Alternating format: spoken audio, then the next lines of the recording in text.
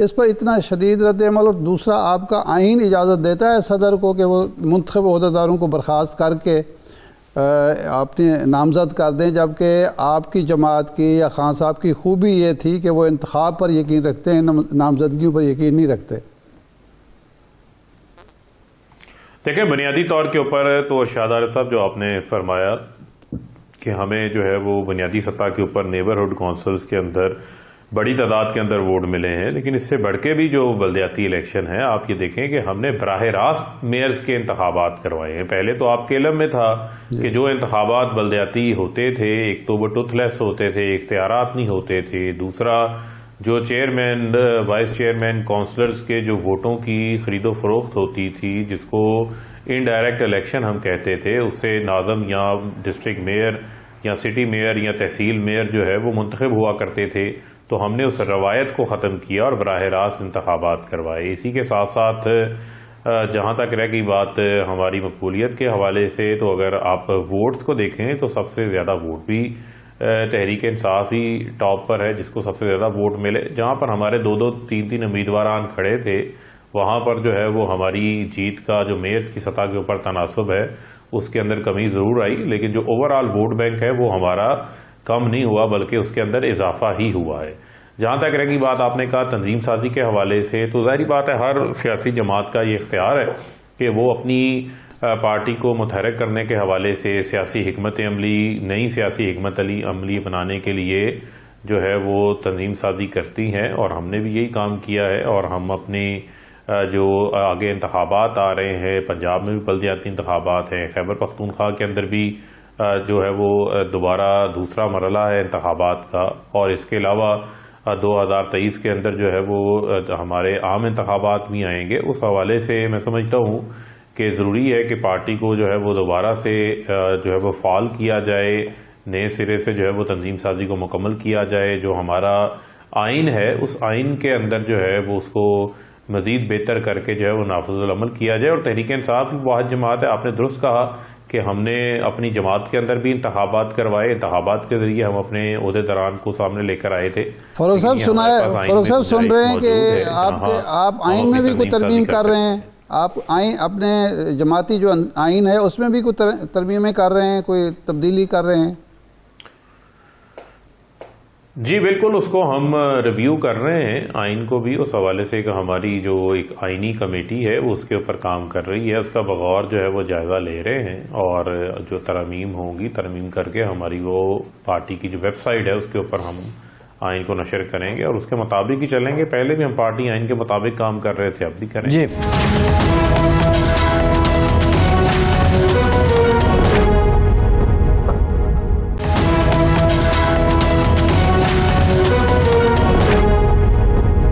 وزیر اعظم نے یہ کہا کہ میاں نواز شریف صاحب کی نااہلی ختم کرنے کے لیے اور ملک میں واپس لانے کے لیے کچھ درون پردہ ہو رہا ہے. وزیر اعظم کی سطح پر جب یہ کہا جاتا ہے تو اس کا مطلب ہے کوئی سیریس موو ہے، کوئی نہ کوئی کوششیں ہیں. یہ کون کوششیں کر رہا ہے؟ دیکھیں ہمارے لیے جو ہے وہ کوششوں کا معاملہ نہیں ہے. بنیادی طور کے اوپر نواز شریف کو جو ہے وہ جو 4 فلیٹس جو انہوں نے تسلیم کیے اس کی منی ٹریل وہ نہیں دیکھ سکے، ان کو نااہل کیا گیا، ان کو سزا ہوئی 10 سال کی، سپریم کورٹ نے ان کو جو ہے وہ سزا دی تا حیات. اس کے بعد علاج کروانے کے لیے وہ یہاں سے گئے، آج تک واپس نہیں آئے. پاکستان کے اندر جو ہے وہ لاپتہ ہے، جوڈیشل کسٹڈی سے باہر علاج کروانے گئے تھے. اب بنیادی طور کے اوپر نواز شریف کی جو ویزا ایکسٹینڈ کرنے کی اپلیکیشن تھی وہ مسترد ہوئی. اب وہ اپیل کے اندر گئے ہوئے ہیں، ان اپیلوں کے فیصلے جو ہے وہ آئندہ سال جنوری کے اندر متوقع ہیں کہ وہ آ جائیں گے. اس سے قبل جو ہے وہ پی ایم ایل این نے خود اس قسم کا ماحول بنانا شروع کر دیا کہ ہو سکتا ہے کہ جو ان کو جہاز میں بٹھا کے جو ہے وہ وہاں سے ڈیپورٹ کر دیا جائے، کیونکہ ان کے پاس کوئی لیگل سٹیٹس نہیں ہے وہاں پر جو ہے وہ مزید سٹے کرنے کا. اگر ان کی اپیلوں کے خلاف جو ہے وہ فیصلہ آ جاتا ہے تو میں یہ سمجھتا ہوں کہ انہوں نے جو ہے وہ سیدھا اڈیالہ جیل میں آنا ہے. جب ایئرپورٹ آئیں گے تو ان اڈیالہ جیل کی گاڑیاں جو ہے وہ ان کو لینے کے لیے وہاں پر کھڑی ہوں گی. بنیادی طور کے اوپر تو عدالت انہیں مفرور قرار دے چکی ہے نا. آپ دیکھیں ان کی سزائیں اسلام آباد ہائی کورٹ جو ہے وہ بحال کر چکی ہے، اس کے خلاف سپریم کورٹ میں انہوں نے اپیلیں نہیں کی. ان کی سزائیں جو ہے وہ فائنل ہو چکی ہیں، تو میں یہ سمجھتا ہوں کہ اب ان کے پاس اور کسی قسم کا کوئی راستہ ہی باقی نہیں ہے. اور میں سمجھتا ہوں آرٹیکل 62-63 کے تحت ان کی نااہلی ہوئی ہے. جب نااہلی لائف ٹائم ہے، اس پہ آئین بڑا کلیئر ہے، تو میں سمجھتا ہوں کہ پھر ان کی جو نااہلی ختم کرنے کا تو سوال ہی پیدا نہیں ہوتا. وزیر اعظم صاحب یہ کہتے ہیں کہ ان کی نااہلی ختم کرانے کی کوششیں کی جا رہی ہیں. یہ کوششیں کس کی جانب سے کی جا رہی ہیں؟ ان کی پارٹی تو پہلے دن سے کوششیں کر رہی تھی کہ ان کی نااہلی ختم ہو، لیکن پارٹی کے علاوہ کون ہے جو کوششیں کر رہا ہے اور کوششوں میں معاونت کر رہا ہے؟ دیکھیں، میں نے تو آپ کو پہلے کہا کہ جو ہمارا آئین ہے وہ اس حوالے سے بڑا کلیئر ہے. جو 62-63 ہے اس کے تحت سپریم کورٹ نے ان کو تاحیات نااہل کیا ہے. اس کے علاوہ جو ہے وہ نیب کورٹ نے ان کو سزا دی، 10 سال کی سزا دی. وہ ایک نااہلی اس کے الگ ہے، چونکہ جو ہے وہ اسٹیچوٹری نیب کا لا ہے، اس سے بڑا جو ہے وہ آئین ہے. آئین میں 62-63 موجود ہے. لہذا اگر کوئی جا کے ریویو کی پٹیشن بھی دائر کرتا ہے تو ریویو کا آپشن بھی وہ اس سے پہلے لے چکے ہیں. اگر 62-63 کو انٹرپریٹ کرنے کی کوئی بات کرتا ہے تو نواز شریف کے علاوہ اور لوگوں کو بھی سزائیں ہوئی ہیں. تو لہذا میں سمجھتا ہوں کہ اس کی گنجائش ہی موجود نہیں ہے. اور میں پاکستان کے آئین کو جو ہے وہ سپریم مانتا ہوں. پاکستان کے آئین میں جو ہے وہ بڑا واضح ہے، اس حوالے سے کسی قسم کی کوئی گنجائش ہی موجود نہیں ہے. اب ان کو صرف آنا ہے، آ کر ان کو جیل میں جانا ہے، اپنی سزا پوری کرنی ہے، لوٹا ہوا پیسہ واپس کرنا ہے. لہذا اگر کوئی اس قسم کے بارے میں سوچتا ہے یا کسی کی خواہش ہے، وہ خواہش جو ہے وہ پاکستان کے آئین کو سپرسیڈ نہیں کر سکتی. اچھا فاروق صاحب، یہ فرمائیں کہ اس وقت آپ سے یہ جو الیکشن ہوئے بلدیاتی کے پی کے، اس کی وجہ سے حملہ آور ہو گیا. آج بلاول صاحب بھی بینظیر صاحبہ کی برسی میں بہت خوب گرجے برسے. انہوں نے کہا کہ پیپلز پارٹی لاہور سے اس کا سفر کا آغاز ہوا تھا، بنی تھی لاہور ہی سے، ہم موجودہ حکومت کے خاتمے کا سفر شروع کریں گے. مسلم لیگ نون نے نواز شریف صاحب کی واپسی کا شوشہ چھوڑ دیا آپ کے بقول. مولانا فضل الرحمان نے یعنی یہ تو آپ مانیں گے نا کہ آپ کے ووٹ سب سے زیادہ ہیں، 8 لاکھ سے زیادہ ہیں، لیکن 1% کم ہے مولانا فضل الرحمان کے، اور وہ بھی تاریخیں دے رہے ہیں. تو کیا اس ماحول میں اگلے جو انتخابات پنجاب میں آپ کروائیں گے وقت پر یا ٹالنے کی کوشش کریں گے؟ اور کرائیں گے اگر تو نتائج کیا آپ توقع کر رہے ہیں؟ دیکھیں بات یہ ہے کہ جو ذوالفقار علی بھٹو کی پیپلز پارٹی تھی، بی بی شہید کی جو پیپلز پارٹی تھی، اس کو آصف علی زرداری نے ختم کر دیا. جس کو کوئی ڈکٹیٹر یا آمر ختم نہیں کر سکا، اس کو آصف علی زرداری نے جو ہے وہ ختم کر دیا. آپ یہ دیکھیں کہ لاہور سے کی بڑھ کے مارنے والوں کا آپ حشر نشر تو یہ دیکھیں کہ اس ٹائم خیبر پختونخوا کے اندر نون لیگ پیپلز پارٹی فارغ ہو گئے. وہاں پر ان کے امیدواران نظر نہیں آتے تھے. ارشاد عارف صاحب کو دوربین سے بھی ڈھونڈے تو نظر نہیں آتے تھے، کوئی نظر ہی نہیں آتا تھا وہاں پر. اس کے علاوہ جو ہے آپ دیکھیں تو یہ ایک اندرون سندھ کی ایک جماعت بن گئی سکڑ کے. جو پیپلز نون لیگ ہے وہ سینٹرل پنجاب کی جماعت بن گئی ہے. اس ٹائم وفاق کی اگر کوئی علامت ہے تو پی ٹی آئی ہے. وفاق میں، پنجاب میں، سندھ میں اپوزیشن لیڈر، بلوچستان میں ہماری مخلوط حکومت، کے پی کے میں ہماری حکومت، جی بی میں، آزاد کشمیر میں پی ٹی آئی کی حکومت. ہر جگہ عمران خان کا امیدوار بھی ہے، عمران خان کا ووٹ بینک بھی ہے.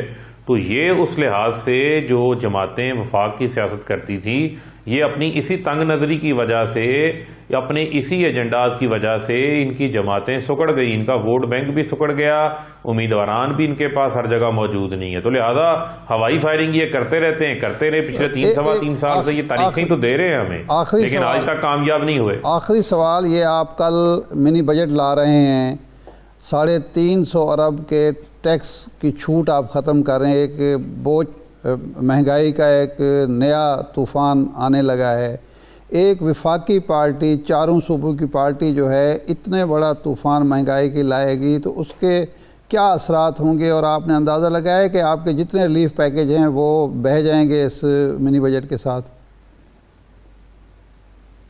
نہیں، دیکھیں میں نہیں سمجھتا کوئی ایسے اس قسم کے جو ہے وہ ٹیکسز اس کے اندر شامل ہیں جس کا ڈائریکٹ امپیکٹ پاکستان کی عام عوام کے اوپر آ رہا ہوگا. جو آپ کی لگژری آئٹمز ہیں یا ایسی چیزیں ہیں جن چیزوں کے اوپر جو ہے وہ ٹیکس لگنا چاہیے، ان کے اوپر ٹیکس لگے گا. لیکن آپ دیکھیں ہم یوریا کے اوپر ٹیکس نہیں لگا رہے، ہم کھانے پینے کی اشیاء کے اوپر ٹیکس نہیں لگا رہے. جو لوگوں کی روزمرہ کی استعمال کی چیزیں ہیں جس کا عام آدمی سے تعلق ہے اس کے اوپر ہم ٹیکس نہیں لگا رہے. ہم ٹیکس لگا رہے ہیں اس کے اوپر جو کہ انڈیو فیور لے رہا ہے. جو لگژری بڑی بڑی جو ہے وہ اس کے اندر ایسی چیزیں ہیں جو کہ لگژری آئٹمس کے اندر آتی ہیں, اس کی تفصیلات بھی سامنے آ جائیں گی. اس کے اوپر ہم نے بڑی ڈیٹیلڈ جو ہے وہ ورکنگ کی ہے تاکہ عام آدمی کے اوپر جو ہے وہ اس کا کسی قسم کا بوجھ نہ آئے. لیکن اس کے ساتھ ساتھ آپ یہ بھی تو دیکھیں کہ ہمیں ملک کی اکانومی ملی کہاں تھی, جہاں ایکسپورٹس نیچے جا رہی تھی, جہاں آئی ٹی ایکسپورٹس نہیں تھی, جہاں پر فارن ریزروز ہمارے $7 ارب پہ تھے, ملک بینک ڈیفالٹ پہ کھڑا تھا.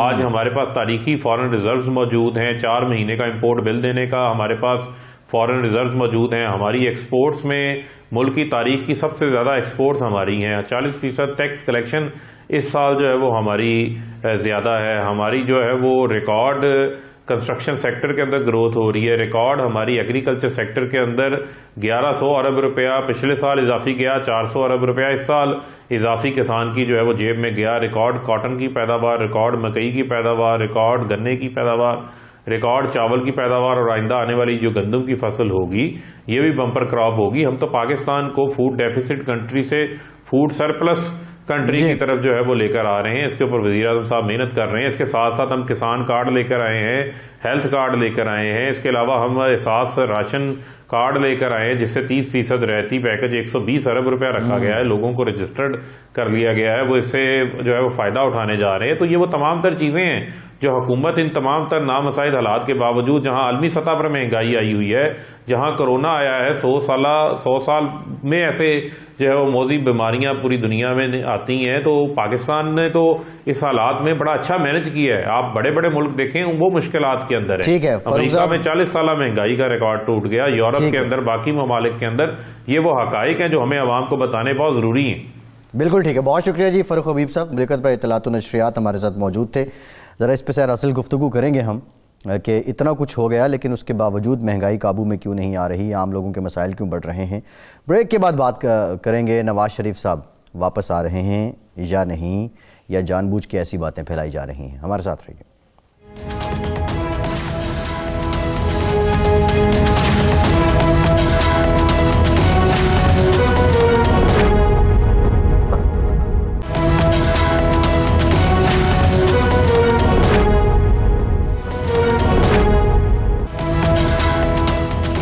بریک کے بعد ایک بار پھر سے آپ کو خوش آمدید کہیں گے. ہمیں جوائن کیا ہے پاکستان مسلم لیگ نون کے سینئر رہنما پارلیمنٹیرین ہیں خرم دستگیر صاحب نے. بہت شکریہ خرم صاحب آپ کے وقت کا.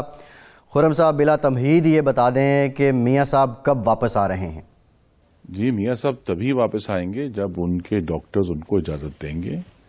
ان کی ایک سرجری جو ہے وہ کووڈ کی وجہ سے مستقل پوسٹ پون ہو رہی ہے پچھلے کافی عرصے سے.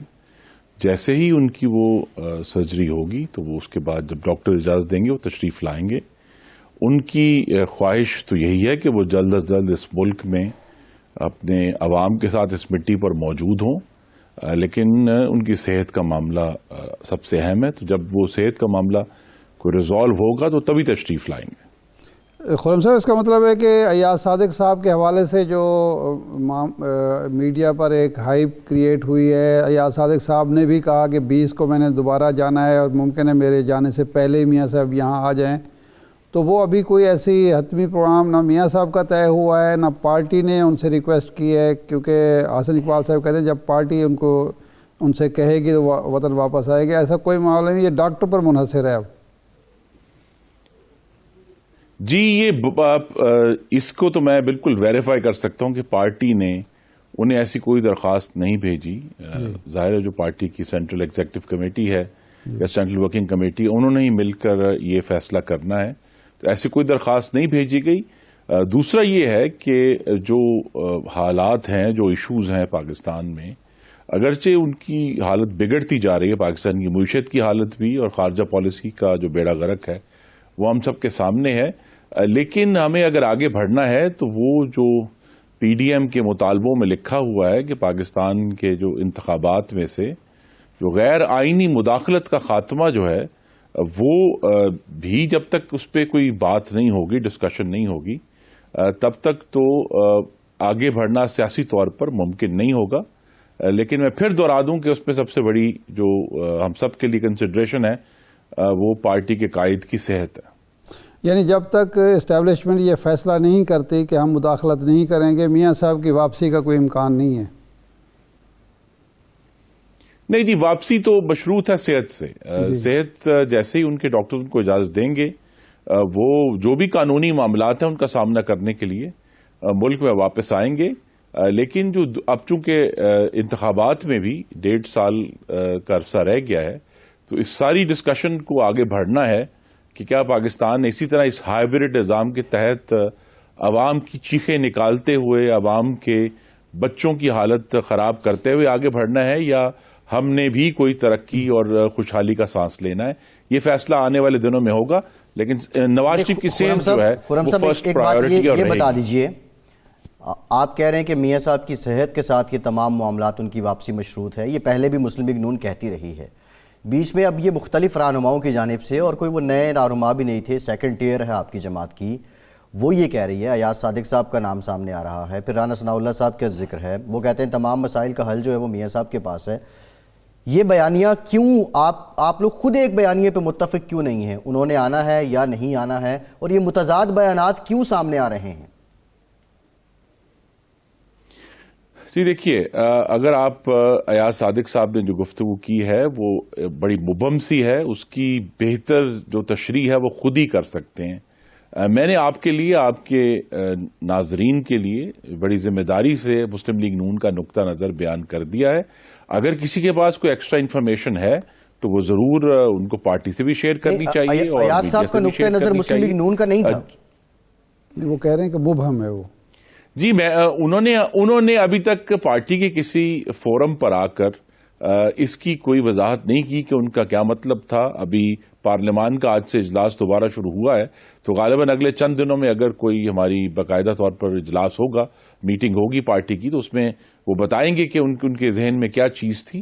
اور باقی رانا ثناء اللہ نے تو سمپلی انہوں نے یہ کہا ہے کہ بھئی پاکستان میں جو حالات ہیں، جس میں کوئی معاملہ بھی اب اس ہائبرڈ نظام کے کنٹرول میں نہیں آ رہا نا، چاہے وہ معیشت ہو، چاہے وہ خارجہ پالیسی ہو، چاہے وہ پاکستان میں وفاقیت ہو، پاکستان کو جو آگے لے کر چلنے کا معاملہ ہے، پارلیمان کا مفلوج ہونا. آج بھی دیکھیے کہ ہم سب اپنے اپنے گھروں سے اپنے ووٹروں کی نمائندگی کرنے آئے اور یہاں کورم موجود نہیں تھا، پہلے منٹ ہی کورم موجود نہیں تھا. تو جو حکومت اس معاملے میں سنجیدہ نہ ہو، وہ پاکستان کو درست کرنے کی طرف نہیں لے کر جا سکتی.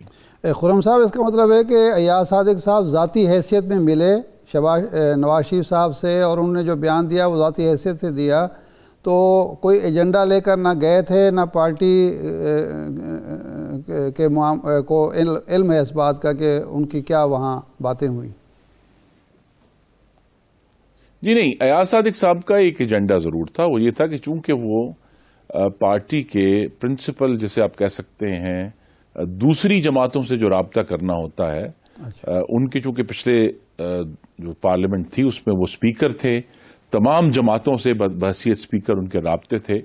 تو انہوں نے ضرور میاں نواز شریف کو یہ ضرور بتایا کہ پارلیمان میں اس وقت حیت کیا ہے، کیا لوگ سوچ رہے ہیں، مختلف جماعتیں کیا سوچ رہی ہیں. پی ڈی ایم میں بھی، پی ڈی ایم کے علاوہ بھی جو جماعتیں ہیں، اس پہ انہوں نے ضرور ایک تفصیلی رپورٹ ضرور پیش کی ہوگی قائد محترم کو. جی اچھا، یہ فرمائیں کہ ایک نیا جی میں آپ کو جو سنجیدہ بات ہے وہ میں نے آپ کو بتا دی ہے. جی ٹھیک ہے. اچھا، ایک نیا معاملہ سامنے آیا ہے، ایک بیان حلفی آیا رانا شمیم صاحب کا جو جج صاحب تھے.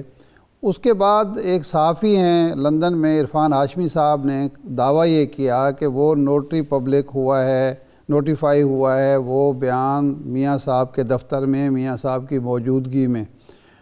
تو کیا یہ سارا جو بیان حلفی کا معاملہ تھا یہ میاں صاحب کے اما پر اور شریف خاندان کے اما پر ہوا؟ ایک بات.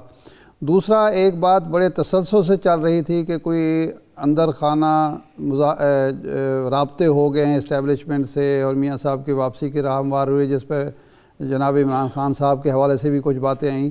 تو اب اس وقت آپ یعنی پارٹی اور آپ ذاتی طور پر یہ سمجھتے ہیں کہ یہ جو الجھاؤ پیدا ہوا ہے، کیا ایسا کوئی برسر زمین معاملہ ہے کہ کوئی مذاکرات، کوئی رابطہ کاری، کوئی ایسا کام ہو رہا ہو؟ جی دیکھیے، جہاں تک تو بیان حلفی کا معاملہ ہے، عرفان، میں نہ عرفان ہاشمی کا وکیل ہوں نہ میں رانا شمیم کا، لیکن یہ بات سب کو واضح ہونی چاہیے کہ جو نوٹری پبلک ہے جس نے اس پر اپنی مہر ثبت کی ہے اس کا بیان سب سے اہم ہے. اس نوٹری پبلک کا بیان عرفان ہاشمی اس پر فوقیت نہیں لے کر جا سکتے. نوٹری پبلک نے ایک بات واضح طور پر کر دی ہے، اور اس سے بھی اہم بات یہ ہے کہ جو چونکہ معاملہ عدالتوں میں اس وقت زیر سماعت ہے، اس میں صرف ایک ہی نقطہ ہے ارشاد صاحب، اور وہ یہ ہے کہ کیا رانا شمیم اس بیان حلفی کے پیچھے کھڑے ہیں، وہ اسے اون کر رہے ہیں یا نہیں کر رہے. باقی سب چیزیں بیمانی ہیں. جی ٹھیک، درست، بالکل ٹھیک. اچھا، اور یہ جو باتیں ہو رہی ہیں رابطوں میاں صاحب کے اور اسٹیبلشمنٹ کے درمیان، رابطوں کی باتیں جو چل رہی ہیں بڑے اشاروں کے نائوں میں، آپ کے لیڈر بھی باتیں کرتے ہیں. جی دیکھیے، مجھے تو کسی بھی براہ راست رابطے کی خبر نہیں ہے، نہ اور میں اس کو نہ ہی ویریفائی کروں گا. مختلف لوگ مختلف حیثیتوں میں جب قائد محترم سے ملتے ہیں یا پارٹی کے دوسرے سینئر کارکنان سے ملتے ہیں وہ باتیں کرتے ہیں، لیکن جو باٹم لائن ہے ارشاد صاحب، وہ باٹم لائن ہمیشہ یہی رہے گی جس کا میں نے ذکر کیا، میں پھر دوہرا دیتا ہوں کہ پاکستان کے جو اگلے آنے والے انتخابات ہیں وہ صاف، شفاف اور غیر آئینی مداخلت سے پاک چاہیے. جب تک اس کے اوپر کوئی پیش رفت مقتدرہ کی طرف سے نہیں ہوتی، کوئی بھی گفتگو اور رابطے بے معنی رہیں گے. دس از دا باٹم لائن کہ ہمیں پاکستان کو اگر لکھا ہے کہ یہ اسلامی جمہوریہ پاکستان ہے تو پھر اس کو اسلامی بھی بنانا ہے لیکن جمہوریہ بھی بنانا ہے ساتھ ساتھ. جی ٹھیک. منی بجٹ آ رہا ہے، حکومت لا رہی ہے ایوان میں، آپ نے کیا تیاری کی ہے اس کو ناکام بنانے کے لیے یا اس کی منظوری رکوانے کے لیے؟ جی تیاری اس کی جو ہے وہ پارلیمانی روایت کے مطابق آج چونکہ پاکستان پیپلز پارٹی محترمہ بینظیر بھٹو شہید کا جو یوم رحلت تھا اس کی وجہ سے وہ آج موجود نہیں تھے. ہم ان سب سے رابطے کر رہے ہیں، تمام اپوزیشن کی جماعتوں سے، حکومتی اتحاد سے بھی، کہ یہ جو عوام دشمن اور غریب قاتل منی بجٹ آ رہا ہے اسے مل کر ہمیں انشاءاللہ شکست دینی ہے. پرسوں اب اجلاس ہونا ہے بدھ کے روز. اس جو اگلے سمجھ لیں 36 گھنٹے ہیں اس میں بہت انٹینس رابطے ہوں گے اپوزیشن کی جماعتوں کے ساتھ، حکومت کی جو ہواری جماعتیں ہیں ان کے ساتھ، کہ ہم یہ غریب قاتل اور غریب دشمن بجٹ منی بجٹ ہے اس کو ڈیفیٹ کریں اور عوام کو مزید قاتل ٹیکسوں سے اور مزید جو سبسڈی عوام کے سے چھینی جا رہی ہے اس سے بچائیں. یہ کوشش مستقل جاری ہے آج سے، بلکہ شروع ہو چکی ہے. صاحب سوال یہ ہے کہ جب بھی منی بل آتا ہے، خواہ وہ جون میں آئے یا منی بجٹ کی صورت میں بعد میں ترمیمی بل ہو، اپوزیشن یہ کہتی ہے ہم اسے ناکام بنائیں گے. اب تک پچھلے 3-4 سالوں میں ایک بار بھی آپ ناکام نہیں بنا سکے ہیں. اپوزیشن کی جتنی ایفرٹ ہے، خواہ وہ پی ڈی ایم کے پلیٹ فارم سے ہو یا اپنی جماعتیں اپنی حیثیت میں کر رہی ہوں، آپ حکومت کو دباؤ میں کیوں نہیں لا سکے کہ عوام کو کچھ ریلیف ملتا؟ جی دیکھیے بھائی صاحب، ہم اپوزیشن کا لفظ ہمارے ساتھ جڑا ہی اس لیے ہوا ہے کہ 2018 کے انتخابات میں مینڈیٹ چرا کر ہمیں وہ اکثریت نہیں دی گئی جس کی بنیاد پہ ہم حکومت بنا سکتے. That's why we are in opposition and that's why they are in tragedy, کہ وہاں جو ہے ایک بے جوڑ اعضاء کا مجموعہ جو ہے وہ مختلف کہیں سے بازو، کہیں سے ٹانگیں، کہیں سے دھڑ، کہیں سے سر لے کر ایک ہائبرڈ نظام کھڑا کر دیا گیا ہے. اس کے خلاف برسرے پیکار ہیں اور ایشو یہی ہے کہ وہ اب ایک ہائبرڈ نظام اپنی آخری جو ٹوٹ پھوٹ کا شکار ہے خارجہ پالیسی میں، معاشی پالیسی میں، عوام کو ریلیف دینے کے معاملے میں.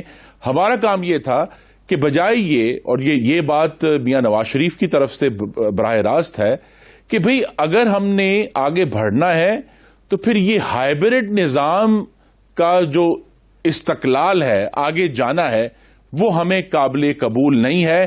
ہمیں پاکستان کے عوام کی دانش پر انحصار کرتے ہوئے صاف، شفاف اور غیر آئینی مداخلت سے پاک انتخابات چاہیے، جس کے نتیجے میں جو حکومتیں بنیں گی ان کے اندر وہ طاقت ہوگی کہ وہ عوام کو ریلیف دے سکیں، جس طرح پہلے 2013 سے 18 ہم نے دیا تھا. خرم صاحب، آخری سوال، یہ بہترین موقع ہوتا ہے اپوزیشن کے لیے کہ بجٹ کے موقع پر حکومت کو ووٹ آؤٹ کر دیا جائے بجٹ ناکام کرا کے. پیپلز پارٹی ہمیشہ سے یہ کہہ رہی ہے کہ عدم اعتماد لائی جائے وزیر اعظم کے خلاف. اس موقع پر آپ پیپلز پارٹی سے زرداری صاحب سے یہ مدد مانگ رہے ہیں کہ یہ موقع ہے ہمیں اس منی بجٹ کو ناکام کرنے کے لیے متحد ہونا چاہیے اور ناکام کر کے دکھانا چاہیے، آپ کی قوت کا اظہار ہو جائے گا۔ تو ایسی کوئی کوششیں حکومتی پارٹی سے، حکومتی پارٹی ارکان سے، اتحادیوں سے ہو رہے ہیں، یا یہ بھی اسی طرح جون کی طرح معاملہ ہوگا؟ جی نہیں، جس طرح میں نے کہا کہ اگلے 36 سے 48 گھنٹے جو ہیں ان میں پوری کوشش کی ہے پیپلز پارٹی سے، تو ہم پہلے سے رابطے میں ہیں، دوسری جماعتوں سے رابطے میں ہیں، حکومتی جماعتوں سے رابطے میں، حکومتی حواریوں کو وہ یہ سمجھا رہے ہیں کہ یہ جو حاکمیت کا عمرانی جنازہ ہے اسے اب کندھا نہیں دیا جا سکتا، اس کا بوجھ عوام کے لیے، پاکستان کے آئین کے لیے اب ناقابل برداشت ہو گیا۔ تو پوری کوشش کی جائے گی کہ بدھ یا جمعرات جب بھی اس کی ووٹنگ ہو کہ اپوزیشن بھرپور طریقے سے یونائٹ ہو کر اور کچھ ایکسٹرا ووٹ بھی لے کر اس منی بجٹ کو ڈیفیٹ کرے۔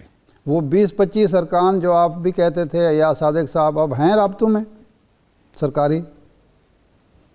جی وہ اب ہم سے مستقل رابطے میں ہیں، کیونکہ ان کے لیے اپنے اپنے حلقوں میں اس حکومت کی جو نالائکی ہے اور اس حکومت کی غیر مقبولیت ہے، جس کا اظہار خیبر پختونخوا میں بھی ہوا ہے، سر رابطے میں تو ہیں خرم صاحب، لیکن کیا کسی معاہدے میں بھی ہیں؟ انتخابات میں بھی ہوا ہے۔ جی نہیں، کینٹونمنٹ بورڈ میں یہ ہارے ہیں، یہ تو اب سب کو یہ نظر آ رہا ہے کہ معاہدہ کوئی نہیں ہے، سب کو یہ نظر آ رہا ہے کہ یہ جو پاکستان تحریک انصاف اور اس کا جو ہائبرڈ نظام تھا، یہ پچھلی کنگز پارٹیز کی طرح یہ ایک ہی دفعہ آئے گا اور دوبارہ اس کا کوئی نہیں۔ اگر استقلال رکھنا ہے، سیاست میں آگے جانا ہے، حکومتی ارکان میں سے کوئی آپ کو سپورٹ کرے گا؟ جی ان سے کوشش جاری ہے، اور وہ نمبر تبھی باہر آئے گا جس دن ووٹ ہوگا۔ جی ٹھیک ہے، بہت شکریہ خرم دستگیر صاحب، سینئر رہنما لیگ نون ہمارے ساتھ موجود تھے۔ بریک لیتے ہیں اور بریک کے بعد ذرا مفصل بات کریں گے۔ 14 برس بیت گئے، بے نظیر بھٹو کو شہید ہوئے، لیکن یہ معمہ آج تک حل نہ ہو سکا، کیوں؟ ہمارے ساتھ رہیے۔